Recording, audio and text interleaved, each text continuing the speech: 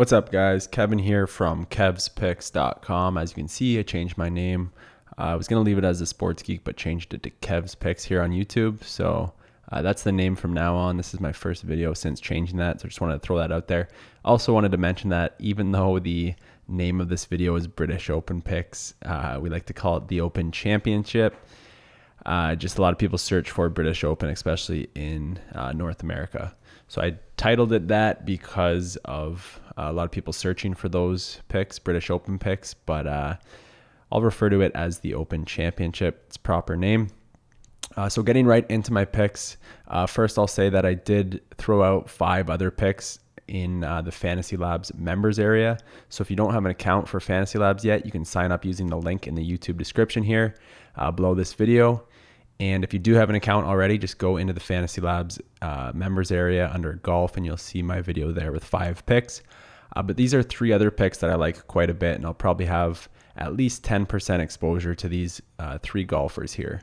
So I wanted to throw out a pick or a video here with some picks to people who aren't members so that everyone has access to at least a little bit of my content for this week. I've put in a lot of time. Hopefully it turns out for the best, but it's going to be tough, especially in the Millionaire Maker with tons of entries. But I'm just hoping for a chance on Sunday with one of my lineups. I'll be throwing in multiple lineups into the Millionaire Maker. I just would love to have a chance in maybe the top couple hundred there heading into Sunday. That'd be a lot of fun. So let's get right into these picks. Starting off, we've got Marc Leishman, 7,800. Really like him this week. Like the price at 7,800. Fairly cheap, so he might be somewhat popular. If you look at his last couple tournaments, he was in the 9K range, 9,800 here, where he finished 5th. His game log is very solid, 13th, 34th, 15th, 27th, 17th, and 5th. So he's coming into this in good form, and he's a very good price. So his projected ownership is right around 20%.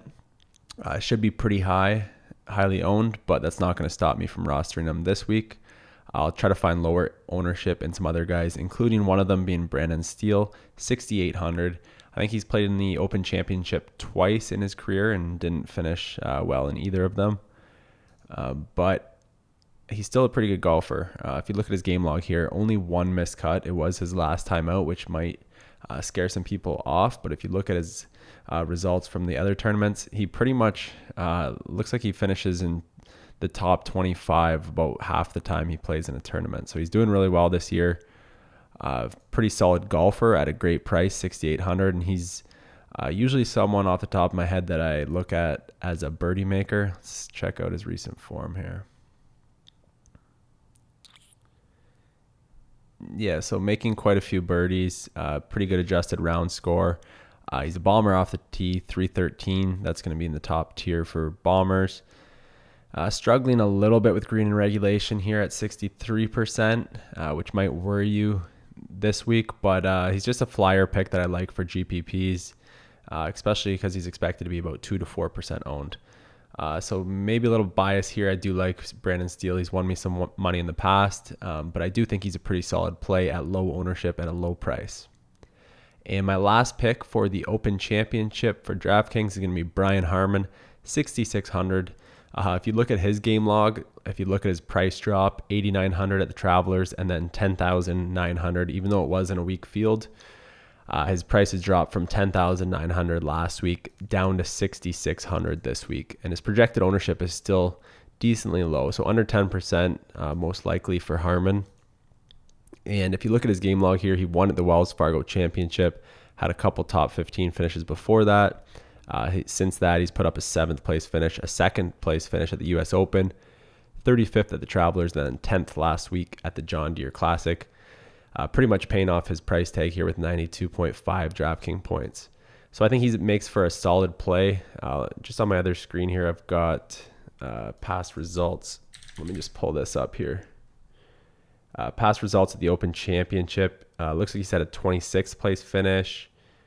And looks like maybe just 2 Open Championships for him, 26th place finish and an 81st place finish, if I'm looking at it correctly. We don't have it on the Fantasy Labs course history because they're played at different courses almost every year. So I think at that price tag, in good form, overall just a very solid year from Harman so far this year. And if he's going to be low owned, I really like him quite a bit. I would guess maybe 10%, maybe a little higher than this projection here. But either way, I think he's a solid play at 6,600 if he's going to be under 15% owned. And even if he was around 15%, I'd probably still take him. I like him quite a bit. So those are my 3 guys. I'll have probably about 10% exposure to each of them at least, 10 to 20% usually for the guys that I mentioned in my videos. So that's just a quick rundown, looking mostly at their game logs. I did do quite a bit of research looking at their Open Championship history for all the golfers or most of the golfers, and looked at certain stats that I was looking at, strokes gained tee to green, strokes gained approach, off the tee, and kind of recent form with strokes gained, putting, and that kind of stuff. So I did look at a lot of stuff. As you guys know, these videos are just quick, looking at the Fantasy Labs model and their recent form, just kind of going over my picks. So those are 3 picks. I'll probably be betting each of these guys outright as well. Throw a couple dollars on each of them at the sports books. And my other 5 picks are in the Fantasy Labs video. And then obviously I'll be playing a lot more than those 8 golfers, but those are some of my top plays and kind of lower priced, maybe lower owned golfers. So hopefully you guys enjoyed this video. If you did, hit that thumbs up button, and I'll continue to make them for golf contests coming up at DraftKings. And hopefully one of you guys watching this video takes down the $1 million if it's not me. So good luck, guys. Talk to you later.